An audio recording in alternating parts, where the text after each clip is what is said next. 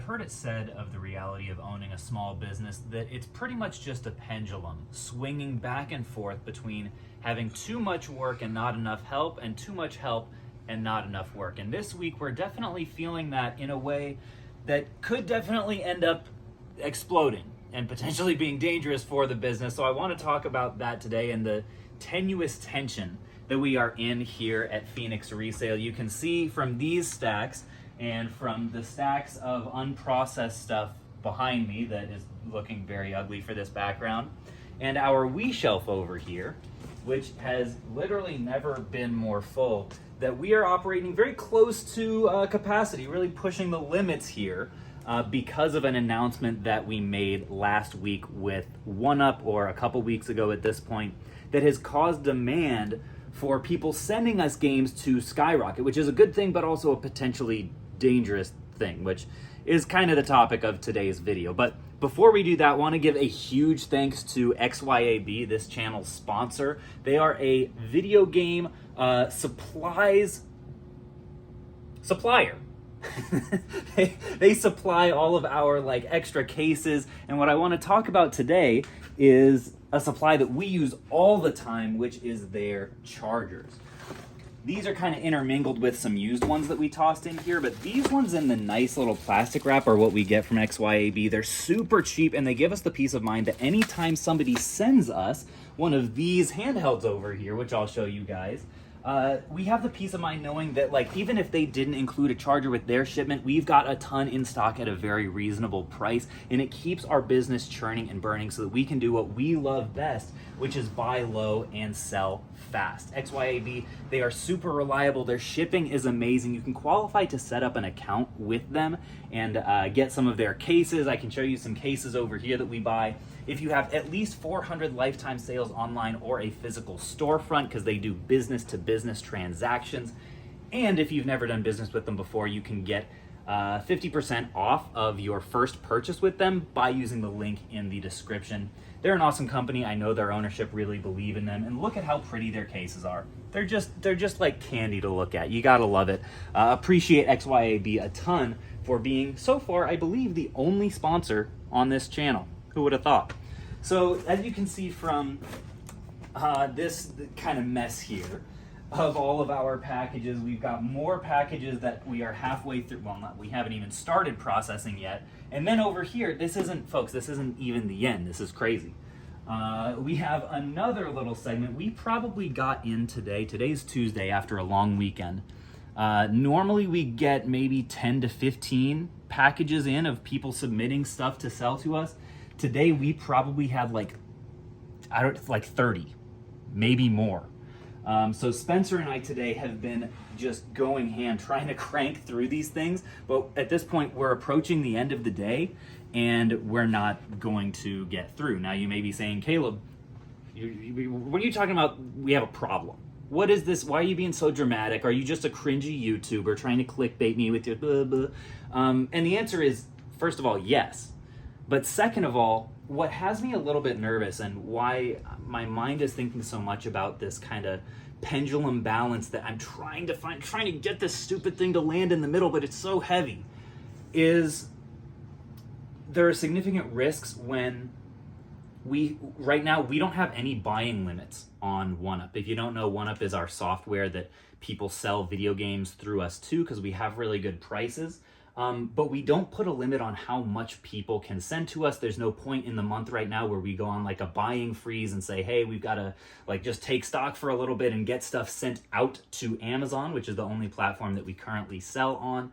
We just buy and buy and buy. And if you have a week like this one and like last one, and what maybe next week could be like two, it's very tempting to say, because people really depend on us for how quickly we're able to pay for stuff. Normally it's just within a few business days of delivery.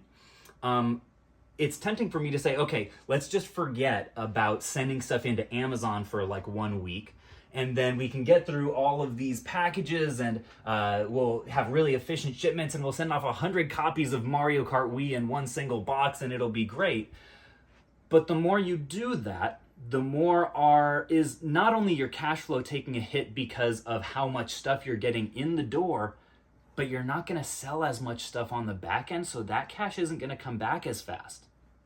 And what I've had to realize, the hard pill that I've had to swallow, is we have got to, even as submission volume increases, we've got to prioritize getting listings out, making large shipments of thousands and thousands of dollars of video games to send out the door every single week, so we don't get behind, right? So that we don't wake up one day and realize that Amazon sales are half what they used to be, because we've had multiple weeks in a row where we're not sending stuff in because we're trying to get people paid really quickly. Now, the very real cost of that decision, even though it's going to keep our cash flow healthy, is that it may be that people might not get paid as fast. Normally, all of these people would be paid today, and they sent us stuff at some point last week. At this point, it might be Friday before they get paid. And the people who send us stuff on Friday may have to wait a little bit longer as well. Now, that might not seem like that big of a deal, but I come from the small business world, right? I started this with $500. So I understand that for all the people who are sending stuff to us, like, they're trusting us to get them paid as fast as possible, because you might have bills due, right? Like, you might have decided to send to us because we pay really fast. And I don't want to let people down. So the solution, temporarily at least, is just going to be working an ungodly number of hours. And, me coming back from, I'm starting to teach a group of high school guys at my church. That's starting tonight, which I'm super stoked for, but it means that I'm going to come back from that and probably put a few more hours into getting stuff processed, or maybe getting stuff, where are our bags?